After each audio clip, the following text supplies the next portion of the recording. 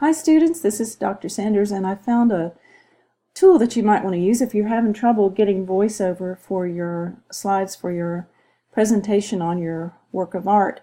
It's called Screencast-O-Matic, as you can see here, and if you go to Screencast-O-Matic, I'll move up here so you can see the address, screencastomatic.com, then you can download the app that's appropriate for your computer. They've got it for Mac, they've got it for PC, and they've got it for Chromebook. And it'll record whatever it sees on your screen, and then you can just talk into your computer's microphone and it will record it. I would recommend getting the free version, not the pro version, because the pro version will cost you money.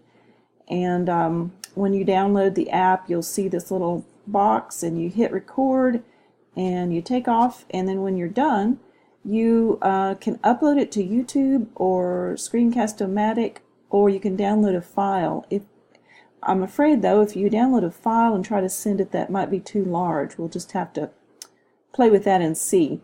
But it's really easy to create a YouTube account for yourself or a Screencast-O-Matic account, and then you can just send me the link. They'll actually put the little video on their servers, so you don't have to worry about size. There are other ways to work around, and so if you're having trouble, just let me know.